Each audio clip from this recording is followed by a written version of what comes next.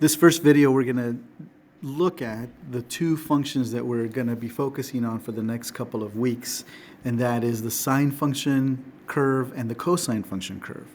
Together, we call them sinusoidal curves. Now, I'm going to come back to this word here in a little bit on why we call them sinusoidal functions. And so what I want to do here in this first video is I want to show you what the sine curve looks like, what the cosine curve looks like, look at some similarities, look at some differences, and then in the next video, get a little bit more in depth into how to measure them and how to find their main characteristics. So let's look at what the graphs of sine and cosine look like.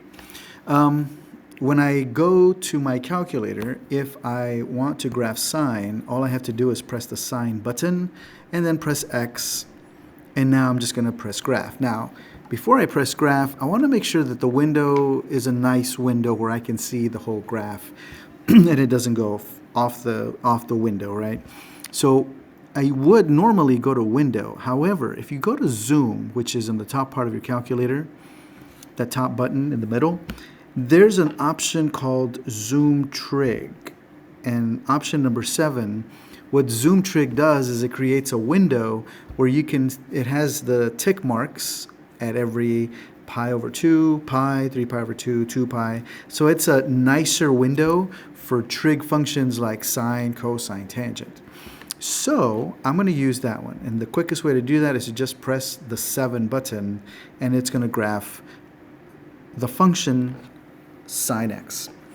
So as you can see, sine x is a curve, and it just waves over and over and over. So there's a hill, there's a valley, there's a hill, there's a valley, and the pattern repeats forever to the right and then forever to the left. As a matter of fact, if I go to my window and I make my x minimum a little bit more negative, so I'm going to go to negative 20, and I make my x max a little bit more positive, I'm going to go to positive 20. All I do is I'm stretching the window so that I can see more of the graph. And when I do that, the graph is still repeating over and over and over again. Now, in the next video, we're going to notice that there is a maximum value that the graph never goes above, and then there's a minimum value that the graph never goes below, right? So there's a maximum point value on the y-axis, there's a minimum point value on the y-axis. I can just tell you, and you can see that because of the tick marks, this maximum value is positive 1, and this minimum value is negative 1. But there's other things I want you to notice about sine. I want you to notice that the sine curve goes through the origin, right? It has to go through the origin. Not only that, from the origin, it goes up and it creates a hill, comes back down to the halfway point, and then it goes under, creates a valley, and then it comes back. This, if you follow my cursor, this is one cycle or one pattern of sine. It starts in the middle, goes all the way to the top, comes back to the middle, goes under all the way to the bottom, comes back to the middle. Because in the next part, it's going to do the same thing. And then it just repeats that behavior over and over and over again. So one of the things we like about the sine curve is that it's very predictable, right? The other thing is that it's a repetitive, some people call it periodic function.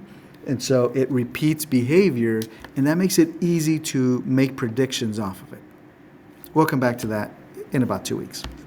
Okay, so let's go back. That was the sine curve. I'm going to turn that one off, and I'm going to turn on the cosine curve. If I press cosine button and then press X, and I graph this, I'm going to see the cosine graph. When I look at the cosine graph, it's almost as if I'm looking at the sine graph, because I have hills and valleys, I have this wave motion, right? I have a maximum y value at 1, and I have a minimum y value at negative 1. But there's something different about these. Can you see it?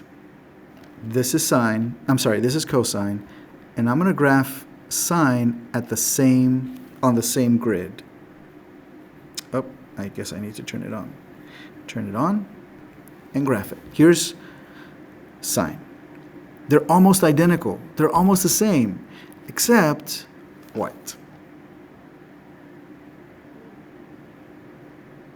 Do you notice that I mentioned that the sine blue curve goes through the origin. The cosine red curve does not.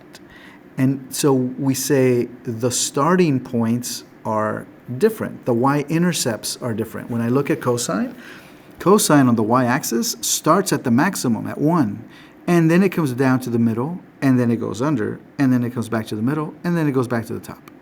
So the pattern for cosine is that it starts at the top, goes all the way to the bottom, comes back to the top.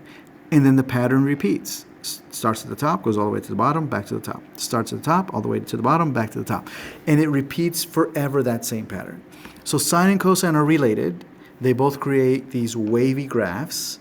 These wavy graphs have a maximum boundary and a minimum boundary. But the difference is really about their starting point. And when I say their starting point, where do they hit the y-axis? This is the y-axis. Cosine hits it at 1. Sine hits it at 0. So going back to what we were talking about before, we call these sinusoidal functions. Sinusoidal functions are either sine or cosine functions. Why are they called sinusoidal? Well, because they look so much alike that when I go to use one, it really doesn't matter whether I use a sine or a cosine. I usually pick the one that's more convenient. And because of that, we just say the family of sine and cosine graphs are sinusoidal functions. We'll come back in the next video and we'll talk about how to measure sine and cosine graphs.